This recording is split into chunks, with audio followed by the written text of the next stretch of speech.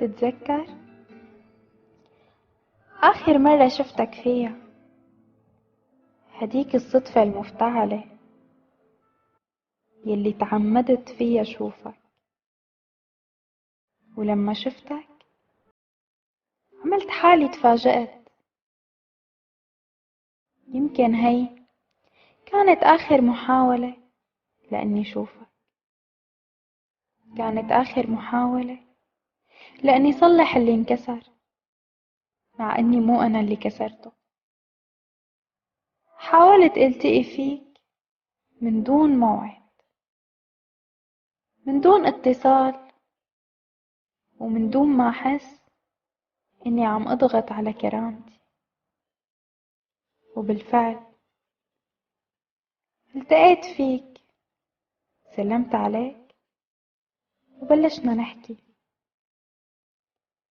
يمكن بوقتها ما حكينا شي مهم، حكينا عن كل شي إلا عن حالنا. حكيت لك شو عم بدرس، حكيت لك وين صرت، شو بعمل بحياتي، بس ما حكيت لك قديش اشتقت لك، ولا خبرتك إني ما نسيتك.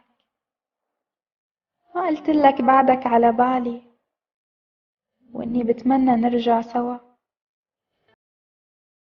ما قدرت قلك إنه اللي جمعنا ما كان صدفة،